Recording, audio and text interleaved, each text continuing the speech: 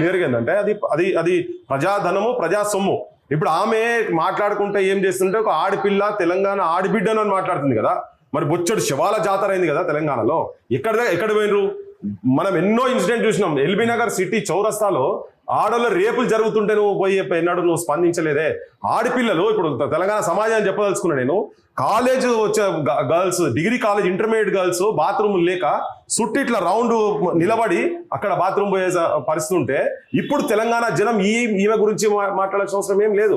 ఆమె ఆ పార్టీలు ఉండుకుంటూనే జాగృతి అని ఒక సంస్థ పెట్టింది. కానీ మామూలు ఎవడన్నా ఉట్టిగా గట్టిగా పక్క పార్టీ ఇంటికైనా ఫంక్షన్కి పోతేనే తీసేస్తారు కదా. మరి ఈమె పెట్టి ఈమెకు బతుకమ్మ ఈమెను అట్లా ప్రొజెక్ట్ చేసి పెట్టి బతుకమ్మ చీరలు ఈమెతో పంపిణీ చేసి ప్రజాధనాన్ని ఈమెకి ఇచ్చి ఇట్లా ఆమెను ఒక ఐకానిక్ ఫిగర్ గా నిలబెట్టేటట్టుగా బతుకమ్మని ఈమె కనిపెట్టే స్థాయికి తీసుకుపోయి తండ్రి అయితే అంత వరదాంకనే చేసిండు కదా, అక్కడ దాకా తీసుకుపోయి పెట్టిండు. ఏం అర్హత లేకుండా నీకు సంబంధమే లేదు, ఏం లేదు. అసలు ఈమె ఈ కవిత అండ్ కేసీఆర్ మాయే పిచ్చిలేసిందని అమెరికాలో తాగుడు కాడ గిలాసాల కాడ పంచాయతీ కాడ ఉన్నప్పుడు బొచ్చడు మాటలు సోపతోలు నాకు వాళ్ళకు కామన్ ఫ్రెండ్స్ ఉన్నారు. ఎవరు ఎక్కడ? అమెరికాలో కూర్చొని వీళ్ళు మాయ పిచ్చిలేసింది తెలంగాణ తిరుగుతున్నాడు అని చెప్పని అనుకుంటే తిరిగిన వాళ్ళు వీళ్ళు. ఇవాళ మేము తెలంగాణ అని మాట్లాడుతుంటే నాకైతే చాలా విచిత్రం అనిపిస్తుంది.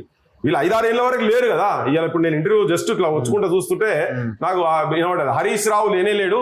కొంతమంది బయట మాట్లాడుతున్నారు, ఉట్టిగా అట్లా తెలివిగా మాట్లాడుతున్నారు. 10 నెలలు ఆయన బయటికే వెళ్ళిపోయిండు ₹1 కోటి తీసుకొని, ఇది టీఆర్ఎస్ పెట్టే ముందు తర్వాత కూడా అని. కానీ మేమే సాక్ష్యం దీనికి చాలా మంది సాక్ష్యం కూడా ఉన్నారు.